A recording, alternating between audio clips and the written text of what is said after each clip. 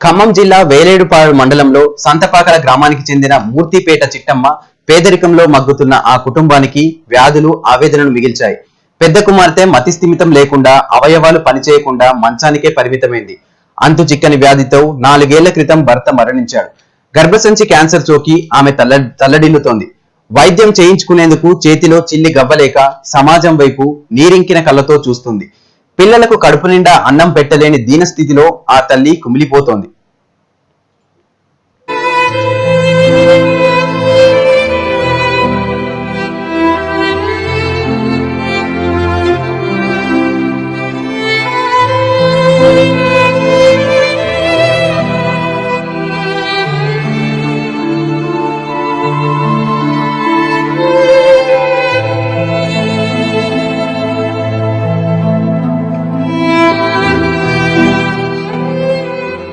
తూర్పుగోదావరి జిల్లాకు చెందిన మూర్తిపేట సత్తిబాబు చిట్టెమ్మలు పొట్టకూటి కోసం 25 సంవత్సరాల క్రితం వేలేరుపాడులో ఓ రైస్ మిల్లులో పనిచేయడానికి వచ్చారు.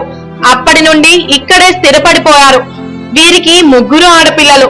పెద్ద కుమార్తె దుర్గా 16 సంవత్సరాలు. ఆమెకి మతిస్థిమితం లేదు.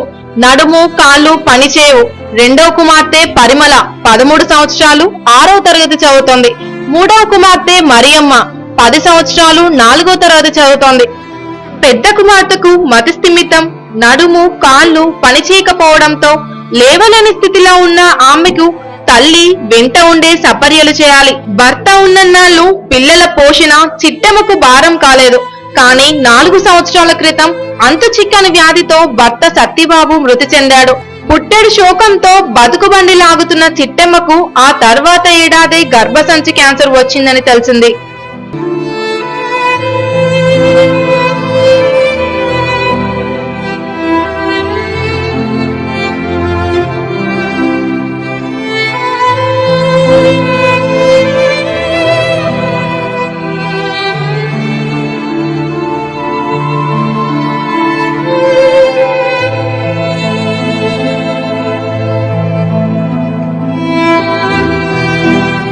ఆయన పేరు సత్యబాబు అండి. మాది కాకినాడ అండి. మా అమ్మగారిది. మేము ఇక్కడికి వచ్చేసి 10 సంవత్సరాలు అయిందండి. మా ఆయన రైస్ మిల్లో పనిచేసేవాడండి. చేతన ఆయనకి లివర్లో పాడైపోయి చనిపోయాడండి. చనిపోయిన కాడి నుంచే నేను కూరని అలా చేసుకుని 4 సంవత్సరాలు పెట్టి నా బిడ్డలు అలాగే పోషించుకుంటున్నానండి. పోషించుకుంటూ ఉంటే ఎందుకని నీరసంగా ఉందని కాకినాడ చెకప్లకు వెళ్తే నీకు గర్భసంచి క్యాన్సర్ వచ్చిందన్నారండి. ఆ క్యాన్సర్ వచ్చిందనేసి నీకు ట్రీట్మెంట్ చేస్తామంటే చేయించుకున్నానండి. చేయించుకుని ఇంటికి వస్తే బాగా ఇబ్బంది పడ్డానండి. ఇబ్బంది పడినా సరే అలాగే ఒకరోజు తినకు పిల్లల స్కూల్కి పంపుకుంటే ఎట్టో అలాగలాగ బాధపడ్డానండి. నా బిడ్డకి 1500 వస్తాయండి. పెద్ద బిడ్డ ఒకటి అమ్మాయండి. 1500 వస్తా 1500 నెలంతా గడుపుకోవాలండి.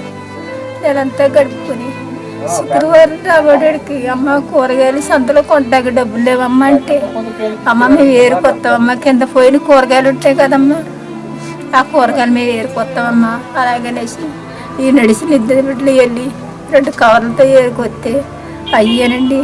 ఒక రోజు వండుకున్నా, ఒక రోజు వండుకోకపోయినా కుళ్ళుకొని సగం ముక్కలు పాడైపోయినాయి అన్న. నా బిడ్డలతో 10th వరకు ఇలాగే ఎదుకొస్తున్నానండి. నా బిడ్డల మీద దయ కలిపి ఎవరైనా సరేనండి నా బిడ్డలకు సాయం చేయండి. నా తనువు అయిపోయిందండి. నా బిడ్డలకు దారి చూపించండి. మీకు దండం పెడతానండి. చిట్టమ్మకి తెల్ల రేషన్ కార్డు ఉండడంతో నెలకు 20 కేజీల బియ్యం వస్తున్నాయి. పెద్ద కుమార్తె దుర్గకి వికలాంగుల పెన్షన్ కింద నెలకు 1500 రూపాయలు వస్తున్నాయి. చిట్టమ్మకి వితంతు పింఛను అందడం లేదు. కేవలం 1500 రూపాయలతోనే ఇల్లు గడుస్తోంది. ఒక పక్క పిల్లలను సాకుతూ మరో పక్క తన వైద్యానికి డబ్బులు లేక అయోమయ స్థితిలో ఉంది.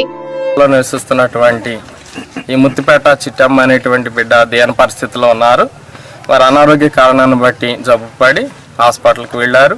కొంతవరకు సహాయం అందింది. అయితే పిల్లల చదువు కొరకు ఆ బిడ్డ యొక్క ఆరోగ్య పరిస్థితులు మెరుగుపరచడానికి ఆర్థికంగా సహాయం చేయడం కొరకు ఈ విషయాన్ని తెలియజేస్తూ ఉన్నాం. మరి ఆ బిడ్డ హాస్పిటల్కి వెళ్ళడానికి కూడా కష్టస్థితిలో ఉన్నారు. మరి బిడ్డల చదువు విషయంలో కూడా కుంటిపడి ఉన్నారు. మరి దీని పరిస్థితిని బట్టి ఆహారం కొరకు కూరగాయలు అవి ఏరుకొని మరి ఎవరైనా కొద్దిగా సహాయం చేస్తే అవి తింటూ మధ్యాహ్నం వేళ బడిలో కాస్త అన్నం తెచ్చుకుంటూ వారి జీవన విధానం గడుపుతూ ఉన్నారు. వారి దేని పరిస్థితిని బట్టి ఎవరైనా సహాయం చేసేవారు ఉంటే మరి వారికి సహాయం చేసి వారిని మెరుగుపరచాలని వారి విషయంలో సహాయం చేస్తారని కోరుతున్నాను.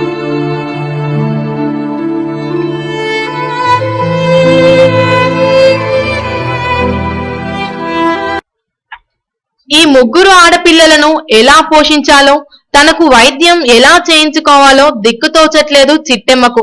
చిట్టెమ్మ పరిస్థితిని చూసి ఇరుగు పొరుగు వారు, గ్రామస్తులు వారి కన్నీటి బాధను చూడలేక వారు కూడా ఏమి చేయని స్థితిలో ఉన్నారు.